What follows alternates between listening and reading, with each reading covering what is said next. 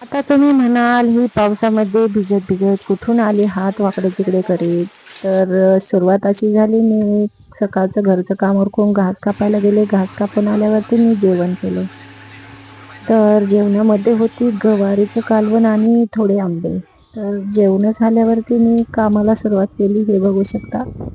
याला काय म्हणायचं हे मला पण नाही माहीत, पण खालच्या साईडनी मला जे विंटाच्या जागेवरती हे लावायचं होतं, म्हणून मी डायरेक्ट फळ्या ठोकून त्याच्यामध्ये सिमेंट भरलेलं आहे आणि माझी छोटी छोटी मुलं ही मला मदत करत आहेत. त्यांना जमल तसं. म्हणजे एवढं तर जमत नव्हतं, पण आईची मदत करण्याची त्यांची जी इच्छा होती ती ते पूर्ण करत होते. हे बघू शकता.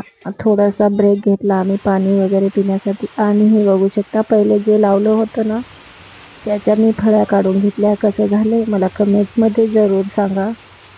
ही माझी मेहनत आहे. मला आवड आहे माझ्या घराला सजवण्यासाठी. मी थोडं थोडं काही ना काही करत असते. नवनवीन ब्लॉग असेच येत राहतील.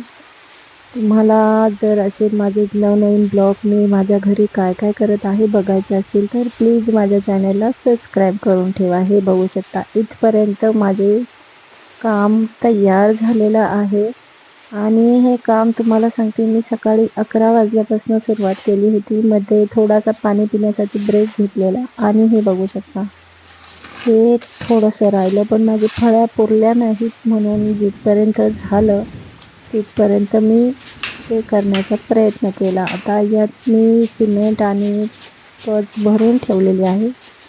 तोपर्यंत आपण थोडं दुसरं काम करूया.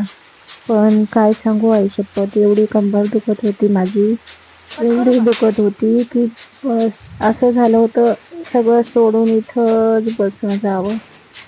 पण हे काम पण महत्त्वाचं होतं, कारण की पाऊस फुटत होता. आणि फायनली आता तुम्हाला दाखवते मी.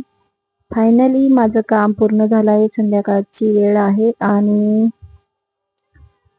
फायनल झालेलं आहे ते माझं काम आणि मी एवढी खुश होते, कारण की एवढी मेहनत केली सकाळपासून संध्याकाळपर्यंत हे काम करण्यासाठी. कच घ्या, सिमेंट घ्या, खलून घ्या, सगळं व्हायचं. माझ्या पोटात अक्षरशः दुखायला लागलं तर रडकुंडी आले होते मी अक्षरशः. आणि हे पूर्ण झाल्यानंतर मला एवढा आनंद झाला की मी अक्षरशः तिकडे कुठेतरी डेक वाजत होता डीजे, मग मी त्याच्या तालावरती थिरकायला सुरुवात केली. कारण की म्हणतात ना, प्रत्येक क्षणी प्रत्येक वेळ कोणतीही असो, आनंद हा शोधायचा असतो आणि त्यातच खुश राहायचं असतं.